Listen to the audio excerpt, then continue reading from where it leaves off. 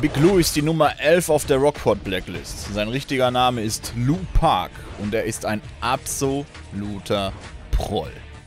Er liebt es, sich wie der absolute King im Ring aufzuspielen, hat eine kleine Crew um sich und flext auch gern mit hübschen Ladies in seinen Armen. Er ist in Ventura aufgewachsen und hielt sich schon als Teenager bei der Racing-Szene auf. Schon mit 16 begann er selbst Rennen zu fahren. Er fuhr damals schon vorne mit und galt als einer der schnellsten Fahrer in Ventura, bis er eines Tages von Joe Vega vernichtend geschlagen wurde, der quasi nur auf der Durchreise war. Mit 23 zog er nach Rockport, wo er seine kleine Crew aufbaute. Nach einiger Zeit und vielen Rennen landete er letztendlich auf der Blacklist. Während der Ereignisse rund um Razor und dem M3-Fahrer spielte Big Lou keine besondere Rolle.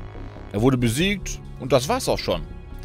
Während des Großeinsatzes, bei dem der M3 GTR gejagt wurde, wurde Big Lou verhaftet und wurde zu 3 Jahren verurteilt, da er immer wieder große Schäden in der Stadt anrichtete und die Polizei hops genommen hat.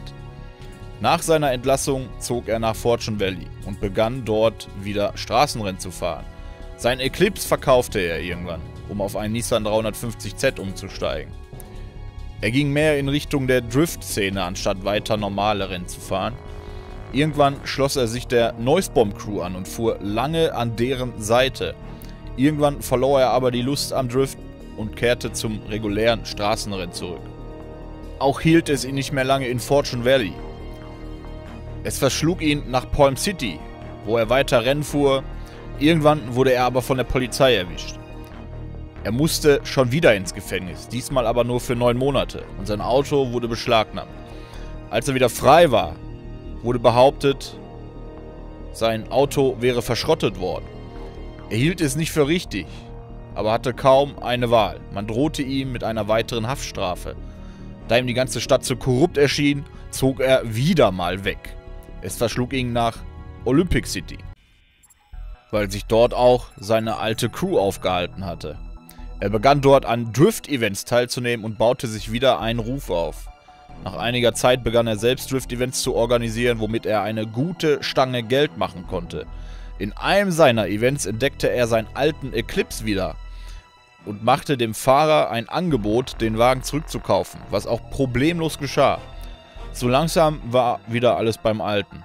Er hatte wieder seine Crew und seinen alten Wagen zurück, verdiente wieder ordentlich Geld, um sich wieder wie der King im Ring aufzuspielen und hatte auch keine Probleme mit der Polizei, da er seine Events auf abgesperrten Strecken unter Absprache mit Besitzern großer Hafenanlagen und Parkplätzen organisierte. Es lief lange gut bei ihm. Im Vergleich zu anderen ehemaligen Blacklist-Fahrern ist sein Werdegang weniger spektakulär, was ja auch nicht schlecht ist. Zwar wurde er zweimal eingebuchtet, aber er hat es immer wieder geschafft, sich etwas Neues aufzubauen. Bis zu dem Tag, an dem er TJ kennenlernte. Über TJ erfuhren wir bereits die ein oder andere Sache in der Story von Tess. Auf jeden Fall machte TJ Big Lou das Angebot, bestimmte Waren für ihn als Fahrer auszufahren. Im Gegenzug würde er etwas Geld und Zugriff auf Tuning-Teile erhalten, die die Autos seiner Drift-Crew extrem verbessern würden. Nach einigem Zögern stimmte Lou zu. So traf er auch Tess in der Werkstatt wieder. Die beiden hatten kein Beef und verstanden sich recht gut. Tess kümmerte sich seitdem um Big Lou's Eclipse, wenn mal etwas kaputt war. Big Lou fiel auf, dass öfter mal ein Undercover Camaro der Polizei an der Werkstatt stand, wenn er eine Fuhre machen sollte und den LKW abholte. Machte sich aber keine weiteren Gedanken dazu. Irgendwann tauchte die Undercover-Einheit allerdings bei einem seiner Drift-Events auf. Es sah nach Ärger aus, aber seine Events waren ja nicht illegal und unangemeldet. Es konnte also eigentlich nichts passieren. Doch zu Lous Überraschung fuhr der Camaro einfach auf die Strecke und driftete selbst. Etwas später kam der Officer auf Lou zu und sprach ihn direkt damit an, dass er doch der Fahrer von TJ sei und LKW-Ladungen durchs Land kutschiert. Lou antwortet nur mit einem verunsicherten Ja, weil er nicht lügen konnte, da er ja von diesem Cop bereits dort gesehen wurde. Woraufhin ihn der Officer nur still ansah und dann lächelnd auf die Schulter klopfte mit den Worten: Gute Arbeit, lass dir nichts anhängen. Dann verschwand er auch schon wieder. Big Lou's Events waren weiterhin recht erfolgreich und es gab damit keine Probleme.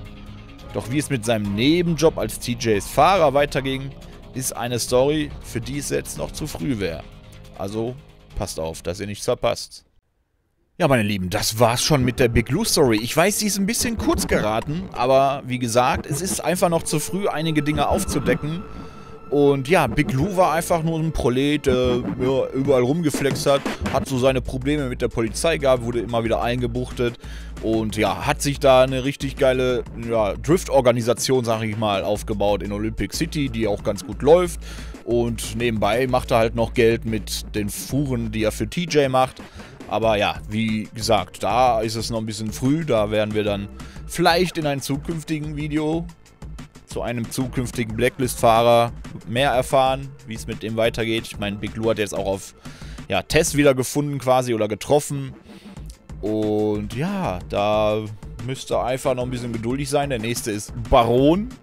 Dann geht es erstmal weiter. Dann sind wir in den Top 10. Ich hoffe natürlich, es hat euch gefallen. Sorry, dass es halt diesmal ein bisschen kürzer ist. Würde mich trotzdem freuen, wenn ihr ein Like da lasst und einen Kommentar zu der ganzen Sache, um dieses Format weiter zu supporten, damit wir da auch weitermachen können. Und ja, ich lese natürlich immer eure Kommentare und viele wünschen sich natürlich auch Cross oder Mia oder etwas über Rock und so. Ich kann euch sagen, ist schon was geplant, ja. Also ich habe da richtig Bock drauf, natürlich was zu machen, vor allem...